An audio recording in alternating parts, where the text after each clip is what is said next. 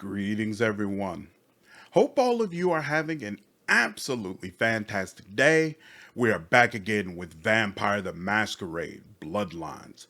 With Swan Song coming out next month, I am really in the mood to dive into more World of Darkness content. While Swan Song is not a sequel to Bloodlines, the developers have stated there will be references to the game.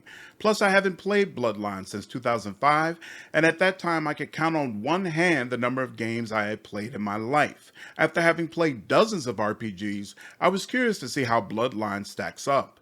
I am only 10 hours into the adventure, so this isn't a full review, but I will share my thoughts thus far, starting with what I like. The premise is fantastic. Vampire the Masquerade Bloodlines puts you into a game world where vampires exist, but they carefully hide that fact from humans. The Masquerade is a list of rules they live by to help ensure their existence stays secret from vampire hunters and others who would seek to do them harm. One of those rules is you have to ask for permission to embrace a human or create a new vampire. You play as a fledgling vampire who was illegally created. Your sire is executed for this crime while you are forced into a dangerous conflict between competing supernatural groups. Right off the bat, you get to choose which vampire clan you would like to join, and this is one of the game's greatest strengths. Your clan decides your background, what powers you have, and in some cases how other vampires will treat you. I love an RPG that is able to effectively communicate its lore, and Bloodlines excels at this. Each clan feels distinctive, and in some cases, your clan choice has significant impacts on your playthrough. A Ventrue is barred from using rats for blood, forcing you to always seduce or hunt down a human when you need to feed. Playing as a Nosferatu, and the mere sight of you might break the masquerade, forcing you to sneak through vents and turn invisible just to avoid the wrath of vampire hunters. Of course, who could forget the Malkavians? One of the few playthroughs I've ever done where a developer truly convinced me that my character is insane. One of these days, I'll get around to a video ranking all the different clan choices. On several levels, this game has an absolutely fantastic intro. There's a quick scene of you being kidnapped after being embraced by your sire, and then we get right to the trial.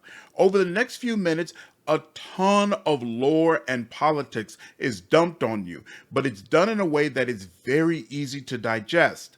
There's a vampire society, they have rules, your creation broke those rules, there's a prince responsible for upholding those rules, and yet everybody doesn't agree with the prince. That's all delivered in a very clean, easy to understand scene that also forces you to watch as your sire is beheaded, immediately conveying the seriousness of your situation. Right after this intro is an equally fantastic tutorial that you have the option to skip, but I never do. It does take a while, but the entire time you are escorted by Smiling Jack, who is voiced by the legendary John DiMaggio. The tutorial takes the lore you already got from the prince and then expands upon it significantly, while also walking you through basic mechanics in the game. I have been trying to remember if there's another game with a tutorial I like better, and I don't think there is. Most game tutorials strictly stick with mechanics and rush through it so you can get back to the general game world. Instead, Bloodlines makes the tutorial feel like a natural extension of your playthrough, while at the same time providing you with a ton of information that is actually really important for you to understand, while also letting you connect with a major character. I think it's a fantastic choice that works really well. Speaking of John DiMaggio, the voice acting is absolutely on point in this game. There are definitely a couple of people I heard that made me cringe, but all of the major characters do their jobs very well, and it does so much to pull you into the setting. Special shout out to Grey DeLisle, who also deserves major kudos for voicing the Vorman sisters. What an incredible performance all the way through. Since we're on the subject of how Bloodlines pulls you into its setting, I gotta say, it's borderline NC-17 and I love it. We might never see a game this raunchy again. Blood and gore is everywhere, profanity runs rampant, most of the women are half naked, and the physics used for their bodies is pretty ridiculous. One of the things that disappointed me about Bloodlines 2, even before it was pushed back, was it looked like a sanitized version of the game I had loved. Bloodlines is not for kids or the faint of heart, and that should be fully embraced. It's such a stark difference seeing how restrained Bloodlines is with the size of its environments compared to the wide open worlds that seem so standard in RPGs now. I almost forgot games used to be made this way, and we need to go back to it. It does not take long to walk through all of an area in the game, but everything here serves a purpose and is chock full of content. It doesn't feel like there is any wasted space.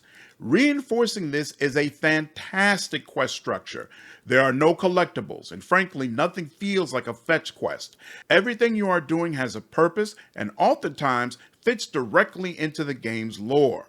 Also, Bloodlines has some of the best set pieces you will ever experience in a game.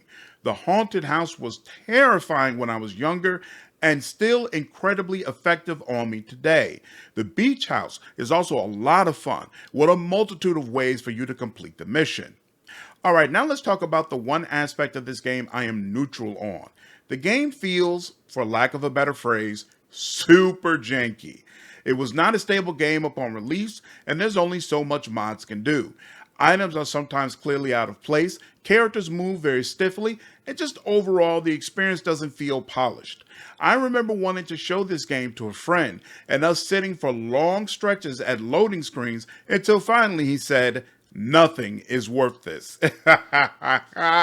With proper mods, the game plays significantly better, but that janky feel definitely remains. Quick note before we get into what I don't like about the game. If you enjoy this video, I would appreciate you hitting the like button. This information tells me which content the channel is enjoying and helps my videos spread to more people. I really appreciate all of the support. Alright, now let's get into what I disliked about this game. We are kind of looking ahead, but most of you have played this, so I think it's okay to talk about it. The game is deeply political and has endings that let you rise to the top of the food chain, but honestly, I never feel like I am making real political alliances. Leaders demand favors from you, you do them, and in return they do a solid for you. Maybe I need to go further in the game, but I don't feel like they see me as an equal, and as far as your position in the Camarilla, you stay a grunt. I think this is a mistake, and the variety of endings you can potentially get will be better served if there were cues or a system showing that you had made real connections among the kindred community. 10 hours in, I just feel like a really good grunt.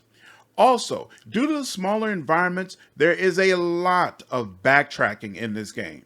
Somebody gives you a quest, you go to an area and complete it, you come back to turn it in, they give you another quest, and the cycle starts all over again. I started really wishing you had a cell phone where you could just text the quest giver and get your reward.